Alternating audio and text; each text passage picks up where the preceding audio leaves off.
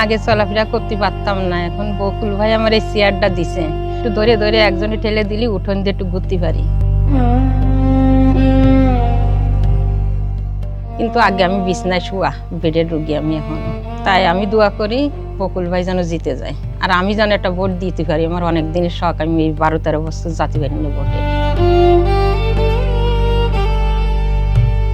ক্ষমতার চেয়ারে না বসেও মানুষের জন্য যিনি কাজ করে গেছেন নিজের বিবেকের দহন থেকে, হৃদয় দিয়ে, এবার সুযোগ এসেছে সেই মানবদরদী আলহাজ রকিবুল ইসলাম বকুলকে ভোট দিয়ে নির্বাচিত করার, যিনি অতীতে পাশে ছিলেন, এখনও আছেন, থাকবেন ভবিষ্যতেও। ত্রয়োদশ সংসদ নির্বাচনে আলহাজ রকিবুল ইসলাম বকুলকে ধানের শীষে ভোট দিন।